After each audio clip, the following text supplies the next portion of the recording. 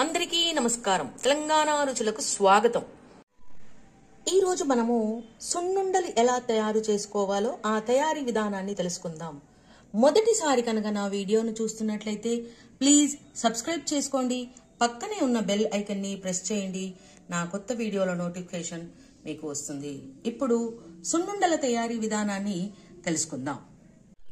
ముందుగా ఒక ప్యాన్ లో మినప్పప్పును ఒక గ్లాసుడు మినప్పప్పును తీసుకుని పొయ్యి మీద పెట్టి చిన్న మంట మీద కమ్మటి వాసన వచ్చేంత వరకు మరియు రంగు మారేంత వరకు వీటిని వేయించుకోవాలి.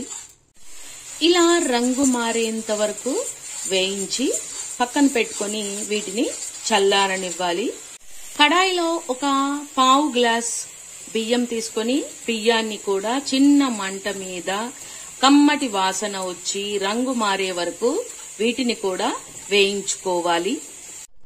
బియ్యం కూడా మంచిగా వేగిపోయాయి. ఇప్పుడు పొయ్యి కట్టేసి వీటిని కూడా చల్లారనివ్వాలి.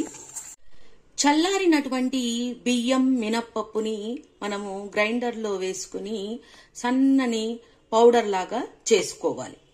గ్రైండ్ చేసే ముందు ఒక 5 ఇలాచీలు కూడా వేసేసి మెత్తటి పొడిగా చేసుకోవాలి.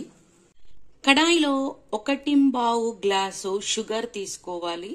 ఒక పావు గ్లాస్ నీళ్లు పోసి దీన్ని కరగనివ్వాలి. మనము మినప్పప్పు గ్లాసుడు తీసుకున్నాము, పావు గ్లాస్ బియ్యం తీసుకున్నాము. అదే రేషియోలో 1/4 చక్కెరని తీసుకొని దీనిని మంచిగా కరగనివ్వాలి. చక్కెర మొత్తం కరిగిపోయింది. ముదురు తీగపాకం వచ్చేంత వరకు ఇలా ముదురు తీగపాకం వచ్చేంత వరకు పొయ్యి మీద ఉంచి దాన్ని బంద్ చేసేయాలి.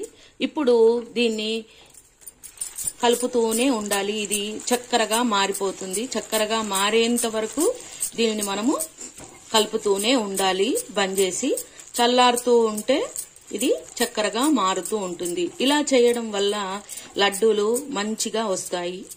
చూడండి ఇది చక్కెరగా ఎలా మారిపోయిందో. దీన్ని ఇలాగే కలుపుతూ ఉండాలి. ఉండలు కట్టకుండా ఉంటుంది. కలుపుతూ ఉంటే మంచిగా వస్తుంది. ఇలాగే కలుపుతూ ఉండాలి.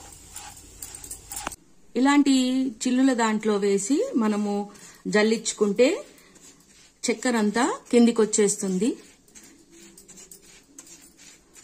కొద్దిగా బరకగా ఉన్నటువంటి దాన్ని మనము ఒకసారి గ్రైండర్ చేసుకుంటే సరిపోతుంది. ఇలా మిగిలిపోయినటువంటి దానిని మనము గ్రైండర్లో వేసి ఒకసారి గ్రైండ్ చేసుకుని జల్లెడ తిప్పుకుంటే సరిపోతుంది. ఇలా జల్లించి పెట్టుకున్నటువంటి చక్కెరలోనే మనము గ్రైండ్ చేసి పెట్టుకున్నటువంటి మినపపిండిని కూడా కలిపేసుకోవాలి. ఈ రెండింటిని మంచిగా కలుపుకోవాలి. అంతా కలిపిన తర్వాత ఒక పావు గ్లాస్ పాలను పొయ్యాలి. అలాగే ఒక హాఫ్ గ్లాస్ నెయ్యిని కూడా పోసి మంచిగా కలుపుకోవాలి. ఎలా అంటే మొత్తం మంచిగా కలిసేంత వరకు దాన్ని మంచిగా కలపాలి. ఇలా మొత్తం కలుపుకున్న తర్వాత దీన్ని పొయ్యి మీద పెట్టుకొని సిమ్ మీద కలుపుతూ గోరువెచ్చగా అంటే లడ్డు కట్టడానికి వీలుగా ఉండేంత వేడిని చేసుకోవాలి. వేడి చేస్తే ఇలా అయ్యింది. ఇప్పుడు దీన్ని మనము చేతిలోకి తీసుకొని ఉండల్లాగా చేసుకోవాలి. మనకు చెయ్యి ఊర్చేంత వేడి చేసుకుంటే సరిపోతుంది.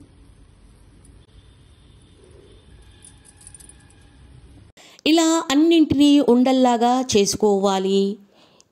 యమ్మీ సున్నుండలు సిద్ధమైపోయాయి. ఈ రెసిపీ కనుక మీకు కూడా నచ్చినట్లయితే మీ ఫ్రెండ్స్కి రిలేటివ్స్కి షేర్ చేయండి. మరిన్ని వీడియోల కోసం ఎదురు చూడండి. ఈ వీడియోని చూసినందుకు ధన్యవాదములు.